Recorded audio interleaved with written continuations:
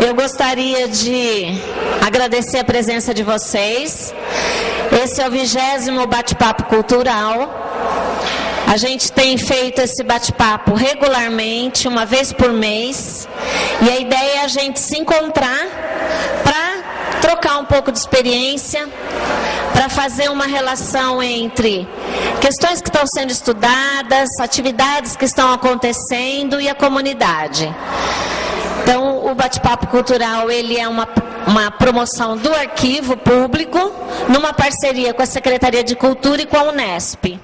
Eu vou então chamar o Olívio Jecupé, nosso convidado de hoje. Boa noite a todos. Eu fico contente de estar aqui hoje presente, né, pela segunda vez em Rio Claro. Eu vou apresentar rápido aqui para eles saírem, porque eles não gostam de ficar na frente. Esse aqui, de Iguacá Mirim. De. Tupã Mirim de Iguacá.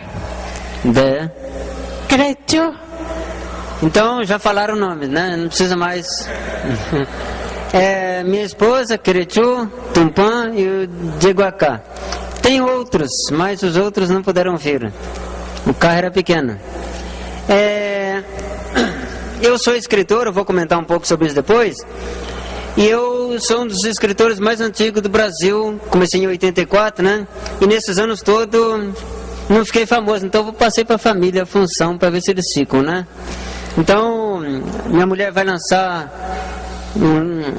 uma coletânea na FTD e numa editora lá de Cotia, né?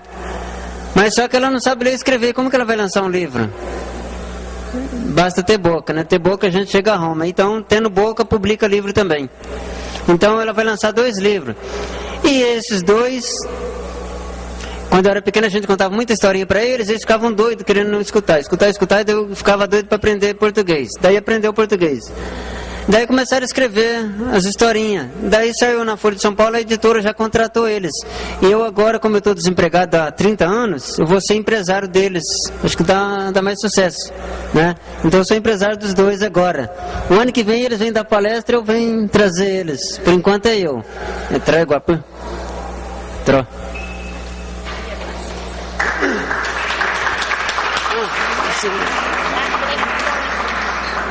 Eu vou falar em pé, eu gosto mais de falar em pé. Sim, em pé. Tá. Bom, como todo mundo já escutaram, meu nome é Olívio Jecupé e eu moro na aldeia Crucutu, que fica na final da zona sul de São Paulo. Então o povo pensa que a gente mora em São Paulo. Não é em São Paulo, é na aldeia que fica em São Paulo. Ah, então vocês já são índios urbanos. Não, nós não somos índios urbanos, nós moramos na aldeia. É que a aldeia pertence à cidade de São Paulo, então o povo não consegue diferenciar. Toda aldeia indígena no Brasil, ela se localiza em uma cidade. E a nossa aldeia localiza São Paulo. Não moramos em São Paulo, moramos na aldeia que fica em São Paulo. Chama-se Crucutu. A nossa comunidade é Guarani. E nós temos uma população de 250 pessoas, né? Lá a gente ainda tem uma forte tradição que ela ainda preserva até os dias de hoje. Então, tem a religião Guarani e a língua. Então, através da língua e religião é que a cultura Guarani se preserva até os dias de hoje, né? Então, a gente assistiu um filme ali mostrando, então vocês verem que o primeiro filme falava dos Caingangue lá do sul. Depois, os Quenê lá da Amazonas, região amazônica. E os Guarani aqui de São Paulo. Então é importante que as pessoas tenham conhecimento do que é etnias e as localizações. E antes de eu falar sobre história, porque eu tenho costume de esquecer, eu já quero agradecer ela por ter convidado a gente aqui para representar a aldeia. E é muito bom a gente saber que tem pessoas que querem saber alguma coisa sobre o índio e valoriza, porque a gente sabe que milhões no Brasil não valorizam, porque tem um preconceito muito grande sobre os povos indígenas. E quando a gente é convidado, a gente fica contente, porque não é todo mundo que tem raiva dos índios. É porque não conhece o índio. Se conhecesse, talvez ia valorizar muito mais, né? Então por isso que é importante convidar os povos indígenas para a gente vir, sair lá da aldeia e vir falar aqui, para que o povo conheça a realidade indígena, né? Eu, como sou escritor, eu tenho hoje conhecimento passando para o mundo. Então é importante que as pessoas conheçam o trabalho da gente, porque eles vão ter conhecimento sobre a gente. Para quando falar do índio, falar com conhecimento, para não falar coisas sem saber. Porque a gente sabe que o povo fala muito sobre o índio. Mas eles nunca foram numa aldeia, não sabem a diferença dos povos, das regiões, desde Amazonas até o Rio Grande do Sul, né? Então o povo fala tudo. Quando os outros vão na aldeia, os outros perguntam de tudo. A gente já sabe o que eles vão perguntar, porque repete a mesma coisa nesses 500 anos, né? Então a gente já sabe o que vai perguntar. E uma das ofensas, porque as perguntas são mais ofensas do que pergunta, né? Porque como eles não sabem, ofende a gente toda hora, né? Antes de ontem mesmo, eu estava numa editora. Essa tocinha aqui, eu sempre falo para os outros que é hábito intelectual. Então o povo traz sempre água para mim, mas é um hábito intelectual. Então eu fui numa editora, e daí eu fui trocar um assunto, e de repente a mulher já começou a falar assim, um absurdo, né? Então, quando o povo começa a falar absurdo, o que a gente faz? A gente fica quieto, deixa eles falarem à vontade, né? Daí ela fez aquele discurso que vocês acompanharam o filme ali. E a visão de muitas pessoas é que o índio não produz. Ela falou assim na minha cara, um índio não produz. Então vocês viram lá, o primeiro filme mostra uma mulher cortando taquara para fazer balaio. O outro foi produzir um filme, mas vocês viram os índios tecendo para fazer roupa. E outros vão caçar, outros vão pescar. Então, para a sociedade, o índio não produz. Então é uma visão assim absurda, né? Porque quando a gente está protegendo a mata, eles acham que a gente não está produzindo, né? A gente está produzindo, porque o mundo todo está brigando, né? Para diminuir o aquecimento global, que não tem mais volta. E a gente sabe que só que ninguém elogia o índio, porque o índio está lá no mato, vivendo no meio da floresta. Então, quando a gente fala que a gente quer ampliar um território indígena, eles acham um absurdo. Mas não pode, porque o índio não produz. Se virar demarcar essa área, vai virar mato, que é diferente da sociedade aí fora, que se a gente der uma aldeia de 100 alqueiros de floresta, se você voltar 2 anos depois, não tem mais mata. E se você der 100 alqueiros de terra para uma comunidade indígena, daí você vai embora, e quando você voltar daqui 5 anos, o cara falou, mas eu dei a terra para ele, virou só mato. Você entendeu? Então essa é a visão, né, que nós não produzimos. Quando a gente está protegendo a mata, a gente está produzindo oxigênio, né? E ninguém paga para o índio para proteger oxigênio. O mundo todo quer oxigênio, né? Só que esse oxigênio que existe está nas áreas indígenas. Então é importante que a sociedade conheça como que é a realidade indígena, para que daí ele valorize as populações indígenas.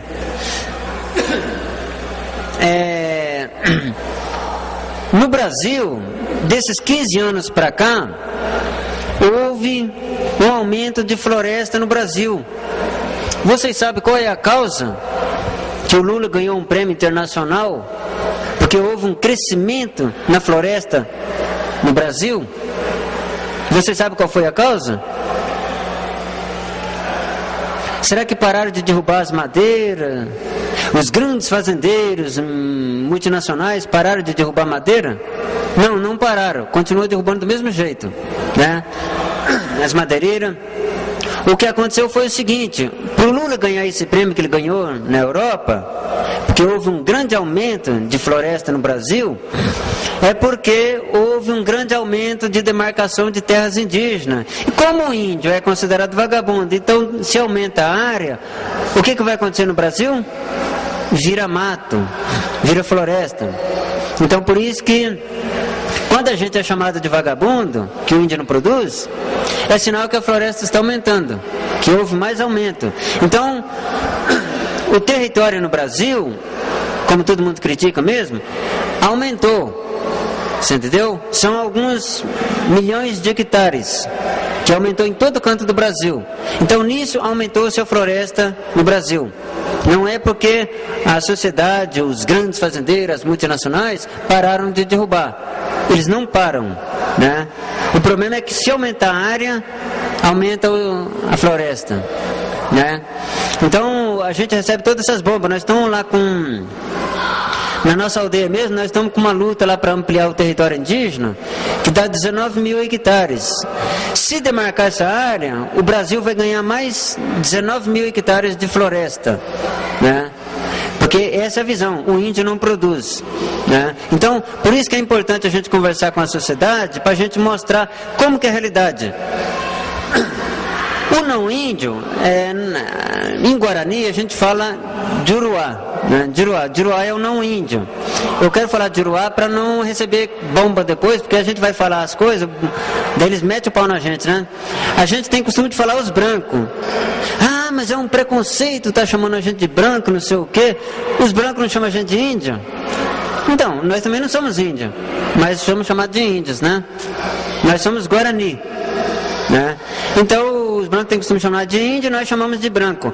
Para não ficar aquela coisa de palavra, vamos chamar Juruá.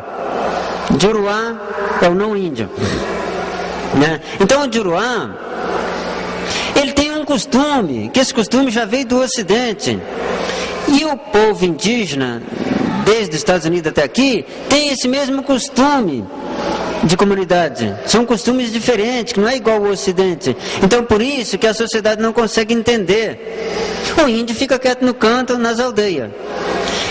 E a sociedade, qualquer país, qualquer cidade, é sempre assim, tem um costume diferente. É indústria, é fazenda, empregado, todas aquelas coisas de Estado, né? Nós vivemos diferente. Nós vivemos num mundo onde nós temos o cacique e o pajé e as lideranças.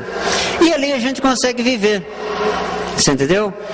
Porque o povo não consegue viver como a gente vive. Se eles for tentar, eles morrem. Você entendeu? Já tentaram. Então, toda vez que tentam, dá zebra. Porque o mundo vive num sistema, né? O índio vive de outra forma. Então, para nós sairmos da aldeia e vir, o povo chega lá na aldeia e fala para nós assim: olha, mas por que vocês não vão para a cidade trabalhar? Vocês vão ganhar dinheiro, vocês podem não sei o que, não sei o que. Eu falo, mas eu estou vivendo, para que eu vou sair daqui? Porque a primeira coisa, se você sair da aldeia, você vai ter que morar na favela. Ninguém gosta de morar na favela. Daí você tem que arrumar emprego. Daí você tem que pegar aluguel, tem que pagar um monte de coisa. Lá na aldeia a gente não é assim. A gente vive diferente. É um costume antigo. Então por isso que as comunidades indígenas conseguem viver dessa forma. Nós não conseguimos vir para cá. Também vocês não conseguem sair daqui. Se eu convidar 10 para ir morar lá com nós na aldeia, não vai ninguém. Agora, fala para alguém lá da nossa aldeia vir morar aqui para você ver se ele sai. É difícil. São costumes diferentes. Começa com a língua, começa segundo com a religião. A forma de pensar, tudo é diferente. Não é igual. Você entendeu? As crianças nossas aprendem tudo diferente. Quando eu cheguei hoje aqui, daí fui direto no hotel. Daí meus meninos correram, tomaram um banhozinho lá rapidinho. Eu falei, aproveita porque a água aqui é quente. Porque lá a coisa é feia, é gelada, então tem que tomar água gelada, né? Aproveita. O mundo do branco é assim, é tudo quentinho. Daí eles tomaram banho rapidinho. Daí de repente a hora que a gente foi descer do hotel para ir pegar o carro, daí de repente o menino saiu correndo, o de Aguacá, saiu descalço. Daí eu falei, não, corre, vai vestir o sapato, rapaz, senão os brancos vão ficar olhando vocês. Né? Daí eles vieram correndo. Então na aldeia é diferente, as crianças andam descalços porque é natural, para eles não vai fazer mal. Pro branco não, desculpa falar branco, hein? Branco não é cor. O Juruá, o Juruá chega na aldeia, vê as crianças tudo descalças, nossa, mas faz mal, para nós não faz, porque a terra nunca fez mal, ela sempre fez bem, né? Então a gente pensa diferente. A criança anda descalço desde pequeno, né? Agora, esses dias atrás, o cientista, não sei se é americano ou da Inglaterra, falou, agora está provando que toda criança precisa pôr o pé na terra, porque descobriu que a terra faz bem para a criança. Ninguém vai pagar os direitos autorais para nós, né? Então, ninguém paga. Então, é importante conhecer a realidade indígena, das etnias, de cada povo diferente, para ter essa valorização. Então, por isso que eu falei no começo, que eu fico contente de ter sido chamado para vir aqui, para a gente trocar ideias, que nós não somos aquele bicho de 7 cabeças, como o povo imagina. Podemos ser até maior, mas não 7 cabeças. Você entendeu? Mas não somos essa coisa que o povo imagina, aquela coisa assustadora. Porque o povo tem medo. Acha que o índio é selvagem, que o índio é isso, que é aquilo. Você entendeu? Uma vez, eu estava andando em São Paulo, e quando a gente está andando, a gente percebe que a sociedade fica reparando a gente. A gente tem um olho só olhando para lá, mas a gente percebe, parece que tem um olho aqui atrás observando que eles estão olhando a gente. E eles têm aquele receio, achando que o índio é selvagem. E não é assim. Daí, veja só, olha o Rambo aqui na frente de vocês, né? Daí eu tô andando em São Paulo e tinha 2 caras grandão, fortão, e eu olhei, senti que eles estavam me olhando. E eu contei pro rapaz, falei assim, olha, é engraçado o povo da cidade, eles ficam observando a gente, e eles têm um medo danado, psicologicamente, a cabeça deles pensa que o índio come gente. E 2 grandão, sentado na calçada, e eu observando, e eu só falando. E eu falei, olha, que eu chegar pertinho deles, eu vou dar um susto neles. Daí eu tô passando, tô andando, e eu ia andando, me passando assim bem, tava olhando, de repente, a hora que foi para chegar, eu dei aquele grito, os caras levantaram e saíram correndo. Agora você imagina, se não fosse o psicológico, eles me agarravam, me matavam eu ali mesmo. Porque um magrinho, 2 caras grandão observando eu e conversando sobre índio. Então a gente tem aquela imaginação já, que eles têm medo da gente. Então isso é um erro que acontece no Brasil. Por isso que é importante, quando você vai numa aldeia, você conhece o índio. O índio não é como o povo imagina. Então, como a gente atende turista, a gente conversa para que eles saiam de lá entendendo o que é uma comunidade indígena. Para não ter aquela imaginação tudo errada, né? Acha que todo índio anda pelado, acha que todo índio é assim, né? E não é. Chegou uma escola uma vez, ficou brava, porque chegou lá na aldeia e não viu os índios pelados. E a gente explicou que você tem que saber, o Brasil começa no Rio Grande do Sul, termina no Amazonas. Cada lugar que você vai tem um clima diferente. Na nossa aldeia, a gente passa frio, porque nós moramos na Mata Atlântica. Quando faz 10 graus em São Paulo, na aldeia faz 5, porque lá é muito mais frio, né? Então, a gente não vai fazer embelezar o Juruá andar pelado, porque a gente tem frio. Agora, quando você vai no Xingu, que faz 40 graus, e ficar olhando para o céu, capaz de fazer 50, aí tem que andar pelado. Você entendeu? É diferente, são realidades que não é igual. Por isso que quando você fala de índio, você não pode falar índio genérico. Você tem que entender os locais e as etnias, que são línguas diferentes. Você entendeu? Vocês viram aquela que falou lá na língua quenê? É a língua deles, nós não entendemos nada. Você entendeu? Cretiu Edu Apu? Edu Apu?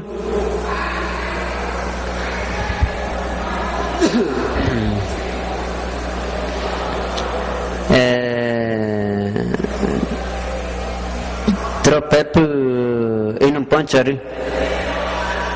Tro?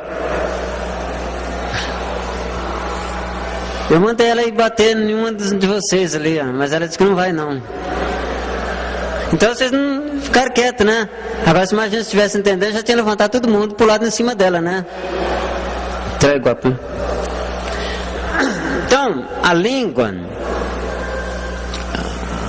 guarani é a língua guarani.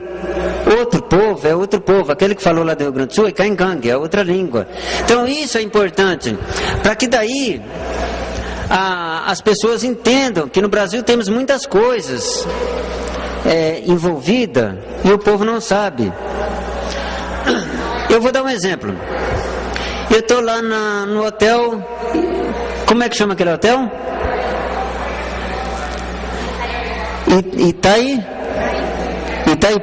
Itaipu. Veja só, é uma palavra guarani, ela entendeu. Nós estamos no hotel nosso. Hotel Itaipu. Tiruapa? Itaipu é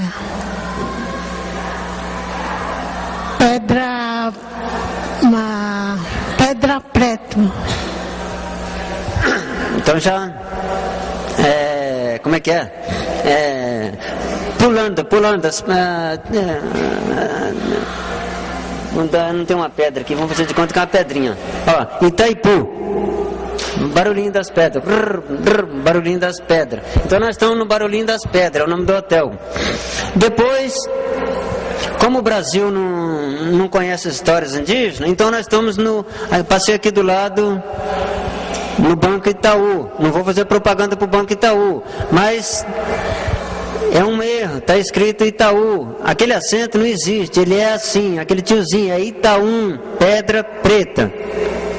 Você entendeu? E daí o povo, depois tem o Faculdade Anhanguera. Esse eu não vou falar, pra vocês não se assustar, né? Tentam descobrir. Então o povo vão registrando, então não tem noção do que é as coisas, nome de cidade, nome de pessoas, nome de rios, um monte de coisa, você entendeu? E não conta a história que nós produzimos muitas coisas e não é reconhecido, ninguém fala. Por isso que as pessoas, conhecendo o índio, a história, eles vão falar da gente. As pessoas chegam na aldeia e falam assim para mim: o que vocês comem? Eu falo assim: a gente come aquilo que vocês comem. Por quê? Porque quando os portugueses chegaram aqui em 1500, eu vou contar um segredo. Querem saber de um segredo? Eles não trouxeram marmitex. Pode perguntar para eles. Eles não trouxeram marmitex. Então, quando você chega num país, existe uma diferença muito grande. Quando eu fui para a Itália, que eu fui 2 vezes lá, lançar o livro, palestra, eu sofri para danar. Por que eu sofri? O que vocês acham? Por que eu sofri lá os 30 dias que eu fiquei lá? Não levei o marmitex. A comida nossa é diferente. Você chega lá, arroz para eles, feijão. Agora você está andando lá em todo canto, os caras lá não precisam nem de banco, eles sentam lá no chão, lá no canto, pizza para todo lado. Haja pizza, né? Então, são costumes diferentes, e sem contar outras coisas que eu comi lá, que eu nem sei o que é. Né? Você tem que engolir. Essa é a comida, senão você morre de fome. Então, quando os portugueses chegaram aqui, como eles não trouxeram marmitex, eles tiveram que se adaptar com a comida que o índio daquela época comia. Por isso que o povo não valoriza o índio, porque não conta a história indígena, verdadeira como é. Então por isso que é comum alguém gostar de farinha de mandioca, é costume alguém comer mandioca frita, é costume alguém comer curau, é costume alguém comer pamonha, é costume alguém comer pipoca, que eu vi andando pipoca por aí, né? O que mais? É costume, daí tudo que você vai pegando e não fala que é do índio. Daí você vai no Rio Grande do Sul, os gaúchos, o maior sucesso deles o que é? É o chimarrão. Quem inventou o chimarrão foram os Guarani no passado. Daí os gaúchos vê, nossa, muito bom, se adaptaram. Daí os gaúchos ganharam a fama. Daí você vai em São Paulo, você vê os nordestinos vendendo rede. Quem foi que inventou a rede? Fosse nordestino? Não, foram os índios do norte. Então por isso que é comum você vai no Amazonas, até o Pará, Mato Grosso, os índios dormem na rede. Então os índios não pegou de fora, os índios criaram a rede. Daí, você vai na região amazônica também, o Sateré Maué descobriu o Guaraná. Alguém fala que os índios inventaram o Guaraná? Os índios ganhou alguma coisa com isso? Patente? Não ganharam nada, né? Então, e assim vai indo, eu não vou falar mais porque é muita coisa. Depois um monte de remédio, né? Um remédio que eu tenho quase imaginação que ninguém usa aqui, ninguém conhece também, foram os índios, inventaram, daí passa para os americanos vai lá e pum, né? Os índios dos Estados Unidos foi lá no Yanomami e perguntou para eles, você não tem um remédio assim para isso? Daí você usa essa erva, com essa folha, com esse cipó, você faz um chá que é porreta. Daí a porreta deu certo. E daí inventaram o Viagra com os dois, né? E daí o que acontece? Os índios vão passando conhecimento. Então tá cheio de remédios e todas essas coisas que vai indo. Depois, o mais forte no Pará, o que é? É o açaí, né? Então tudo que o índio vai descobrindo, vai passando esses conhecimentos. Então isso, só de falar isso aí, o índio seria reconhecido mundialmente, mas ninguém fala, só fala do açaí, coisa lá do Brasil. Ninguém conta a história. Se contar a história, a gente vai ser reconhecido. Enquanto a sociedade não falar essas coisas, a gente vai levar muito prejuízo, porque a sociedade não sabe da história. Você entendeu? Então é importante que a pessoa dialoga essas coisas para passar para os outros, principalmente para os alunos, porque os alunos não têm noção dessas coisas. Você entendeu? Tem uma coisa que os Guarani usam até hoje, a gente usa lá na aldeia, tá ali na minha bolsinha, que a gente usa, todo Guarani tem que usar, né? Não vou mostrar agora porque eu estou falando, quem sabe eu mostro depois. Todo Guarani usa na casa de reza, que é uma casa sagrada, e usa naturalmente. Porque quando a gente vai no mundo de Iruá, quando a gente vai na casa de alguém, a primeira coisa que ele faz para mostrar que ele é educado, mesmo não sendo, mas ele oferece café. Quer tomar um cafezinho? Daí oferece um cafezinho. Na aldeia indígena, no Guarani, quando chega uma visita, não é o café que a gente oferece primeiro é o cachimbo, né? Que o cachimbo é sagrado. Então, o cachimbo é uma das coisas sagradas entre os povos indígenas, principalmente Guarani. O Guarani descobriu no passado essa tradição do cachimbo. O suíço levou para a Europa, mostrou para eles e patenteou, e é deles. Então ninguém conta essas histórias. Você entendeu? O cachimbo é do índio. Quando eu falo do índio, é que quando eu falo do Guarani, a gente tenta falar genérico para todos nós, né? O cachimbo foi inventado pelos índios. A bola, antes daquele inglês trouxer para cá, os índios da Amazônia já usavam. Mas ninguém fala essas coisas. Você entendeu?